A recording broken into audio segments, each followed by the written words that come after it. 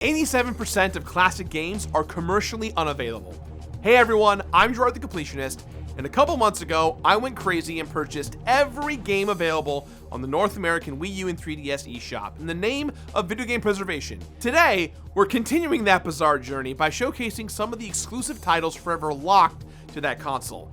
But more importantly, we're digging into a very upsetting study recently conducted by the Video Game History Foundation that unequivocally reveals some terrible truths about the video game industry and answers the question that so many of you have asked on the eShop video. Why doesn't this dude just pirate all the games? So for those of you unaware, we recently hosted our event Preserved Play, our annual charity event to raise money for the Video Game History Foundation and their preservation efforts. The past 2 years, we've been joined by Frank Cafaldi and Kelsey Lewin, the co-directors of the VGHF. You'll hear more from them in a little bit, but at this year's Preserved Play, the Wii U and its complete library was our big star. Some of these games were titles I had completed on the show, like Sonic Boom: Rise of Lyric, or games that I know of but never really touched, like Xenoblade Chronicles X. But have you ever heard of Outside the Realm, or Shadow Archery, or Eternal Evasion? There was the game simply titled Games for Toddlers, which was a medley of activities that could perhaps fit the loose definition of games, and might even indeed be enjoyed by toddlers maybe. We discovered the delightful joy of Spin the Bottle, Bumpy's Party, a party game which was honestly a blast with a ton of polish, and each activity was very creative. Yeah. Dance to not lose! We're dancing, are we not? I don't know, are you? I don't know, are we? The inverse of that were games like Color Cubes, which felt like a developer's first attempt at programming. Every new game was a surprise, but nothing will top the unparalleled perfection of the Wii U exclusive gem that is Meme Run. You know what? What was that? What was that? Swing. Is this a meme I don't know? It's 52%. Swing. Well, actually, chat thought otherwise, and during Preserved Play, we got into a weird donation war with Meme Run, a dead-ass gambling game called Skunky Bee Super Slot Saga #1, and my producer playing Wii Fitness U. What can I say? Sometimes our charity streams get a little weird.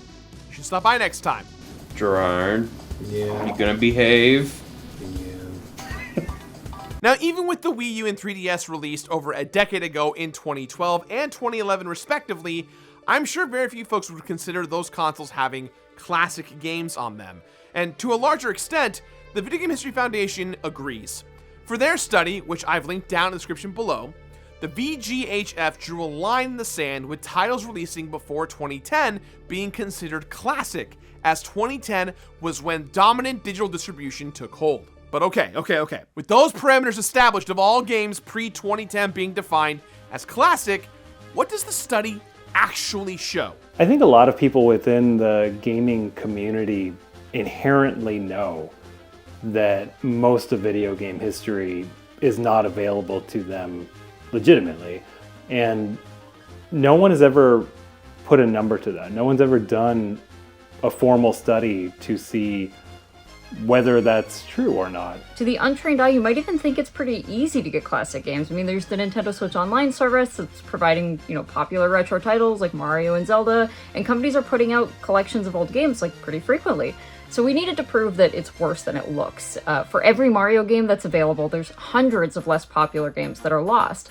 Right now, the video game industry believes and has convinced the US Copyright Office that the reissue market is thriving, and there's no need for the kinds of protections and exemptions that would make better game preservation possible. We needed to actually prove with numbers and science just how off base they actually are.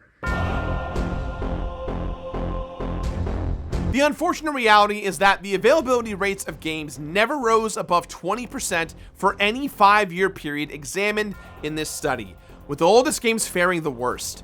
The study found that less than 1% of games released before 1980 have been reissued, stating, collectively, the game industry has re-commercialized less than 1/5 of all historical games, leaving nearly 90% unavailable from rights holders. The study took an in-depth look at specific consoles and ecosystems to further cement their findings. So, let's get similarly granular for a moment with the Game Boy Advance. For example, if you loved pinball and wanted a kick of nostalgia with Pokemon Pinball Ruby or Sapphire, or maybe you were curious about the often forgotten Mario Pinball Land, until March of 2023 this year, there were 2 legally available options, You can either make a purchase on the Wii U Virtual Console, or you would need the original cartridge and hardware.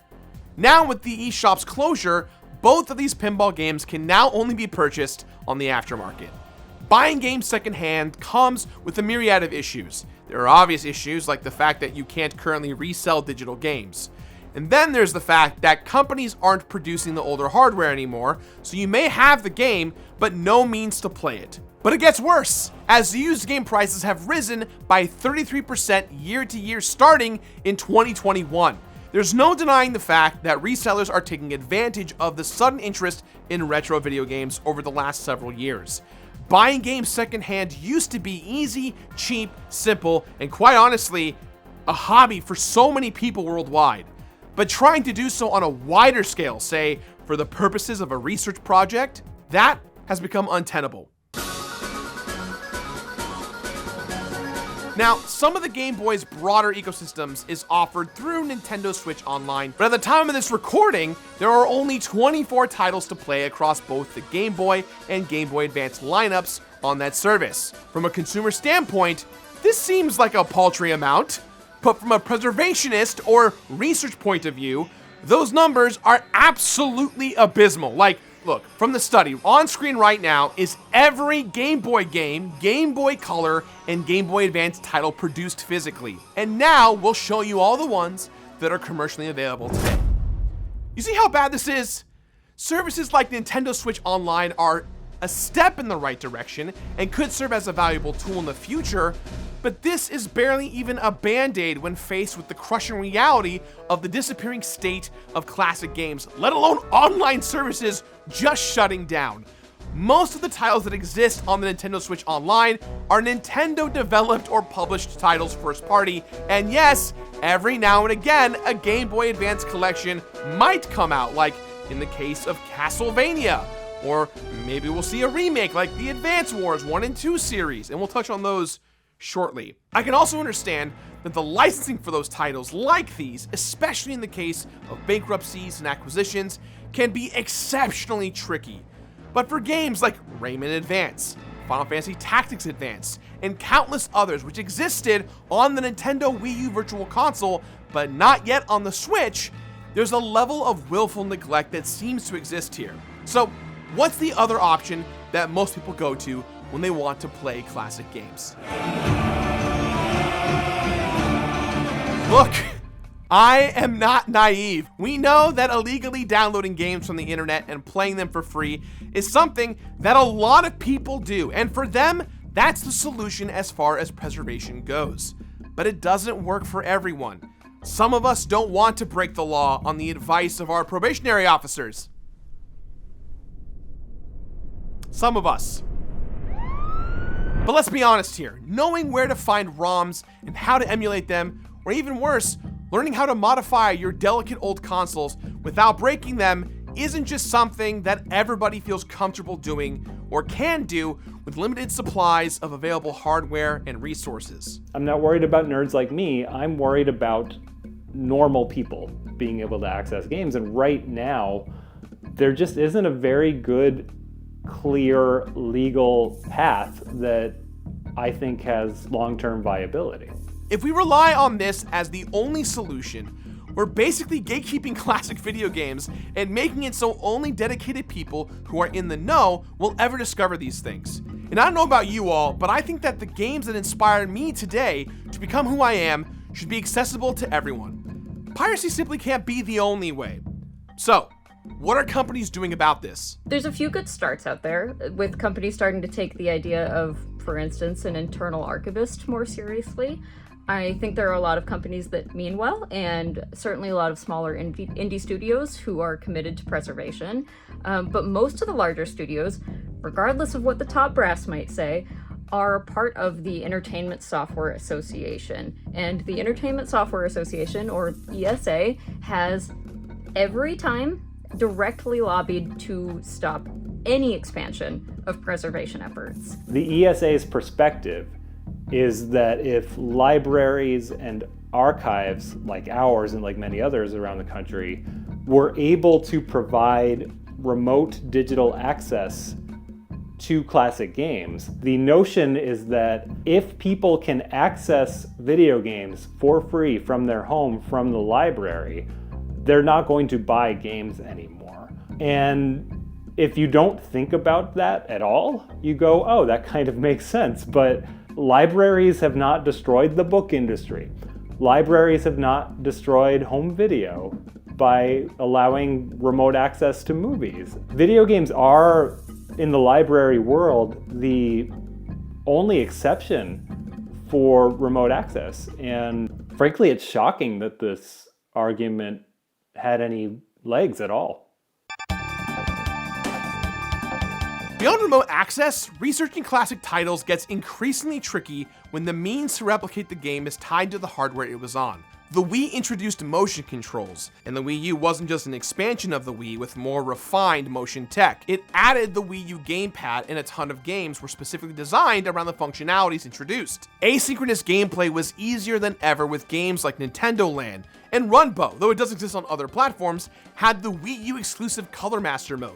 And what about experiencing a Toys to Life game like Skylanders? The Wii U gamepad had a near-field communication technology set built in, giving birth to the Amiibo craze.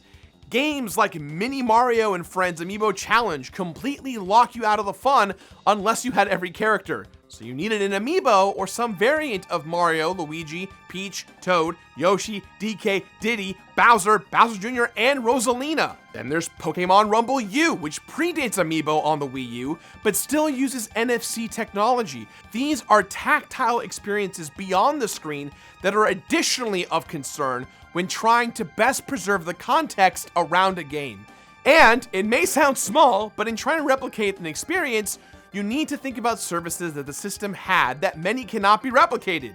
Games like Splatoon and Super Smash Bros. For Wii U integrated the Miiverse into the stages themselves, but those services have been shut down completely, neutering some of the personality the games were designed around. The thing is, older hardware is probably never going to be made again because there's nothing in it for the companies. The best most game companies can do to keep a game alive is to make it work on a newer system, and sometimes that means cutting out some of the features that made them special to begin with. There are plenty of games on the Wii U that eventually found second lives elsewhere. Porting games to make them available on other platforms is generally a positive step towards preservation, but occasionally something is lost. And releasing new ports of older games blurs the line between being helpful for historians and actual erasure of gaming history. Take the 2012 Ubisoft title Zombie U, a former Wii U exclusive that built a fair amount of its gameplay around the gamepad. But its far more successful 2015 ported version, simply titled Zombie, which is available on the Xbox, PlayStation, and Steam, has eclipsed its original in terms of its availability. The Wii U also has the weird distinction of being home to two wonderful Legend of Zelda ports. Both Twilight Princess HD and Wind Waker HD are arguably improved versions of their originals, but at the time of this video, there are no plans to make these games available on Switch. To further complicate things though, both games used the Wii U gamepad to display the map and allowed for easy item hot swapping. However, with Nintendo having left dual-screen gaming behind, porting these Zelda games again would arguably be a step backward as far as overall player experience is concerned. Having these games easily accessible on Switch would be good, but the Wii U is a unique piece of technology, and each iteration of a game is not the same game, but a distinctly different one. So as grateful as we all may be that we're getting a remake of Super Mario RPG, this guy specifically, it's troubling that there is no legal way to currently play that Super Nintendo classic. Like Frank said in his 2016 talk at GDC, I would argue that porting by its nature will always be a derivative work. That is not the original work. That is a remake. You cannot port a game without sacrificing something that was in the original. There will be new bugs. There will be inconsistencies. There will be flaws. And while sometimes the only valid option, porting a game from source and expecting 100% faithful reproduction of the original is both a pipe dream and a financial black hole. As nice as extra features are to have, a ported game is not the original game, it's a remake. While remakes can be great complementary pieces to the original work, that original work should also be available. The results of the study sound pretty bleak. I promise I didn't make this video to bum everyone out. That was never my goal. But I think the information here is valuable. The Video Game History Foundation is now armed with data and is sounding the alarm. I hope this study wakes people up. For years, me and the rest of the team have known that the availability of classic video games in a legal, safe way has been dire. It's worse than probably any other medium. We can't afford to sit here and let outdated copyright laws condemn video game preservation to the care of whoever is willing to put in their own time and effort into this work for free and at their own legal risk, because that won't work forever. I hope that parents in their 40s and 50s who grew up with games and don't even think about them these days, I hope that they catch a headline in a newspaper or like hear a segment on NPR or something and go, whoa, that's kind of crazy that almost 90% of the games I grew up with, people can't play anymore. We are involving ourselves in trying to push for an exemption to copyright laws that allow games to be accessed remotely legally, but we want the public to get in on the fight too, even if it's just in terms of just being armed with that knowledge, because I don't think most people understand how bad the situation is. Step one coming out of this study is simply that we get this new allowance for video game preservation. That rather than only allowing libraries to preserve and share video games on site with someone physically inside their library, people should be able to discover and explore these games from wherever they are in the world. Step two will be building the infrastructure to actually make that happen. It won't be a flip of a switch and instantly all libraries can let you play all games for free from anywhere in the world. Libraries will have to start building these collections in earnest. But once they're allowed to do that, we believe it's going to start opening up a whole new layer and depth for game preservation. This is just the beginning of a much larger movement, but I hope that all of this has shown you something about the complicated world of preservation. It isn't simply about piracy, as much as that helps. It's all about accessibility to the masses. I'm not worried about people of today. I'm worried about people of tomorrow, and I'm worried about people who aren't necessarily in the classic game community being able to discover old games. If we want to be serious about video games being a really important part of our culture, preservation has to mean more than just the ability to download a set of ROMs. It needs to be a thriving and sustainable scene of discoverability and insight, context, and exploration. Sound off in the comments of your favorite games that are sadly stuck on antique consoles, and let's all push forward to make a better future for gaming. To read the full study, it's down in the description for you. And if this cause strikes a chord with you, please share the study or this video to keep the conversation going. I've been Gerard the Completionist. Thanks for watching, and happy gaming.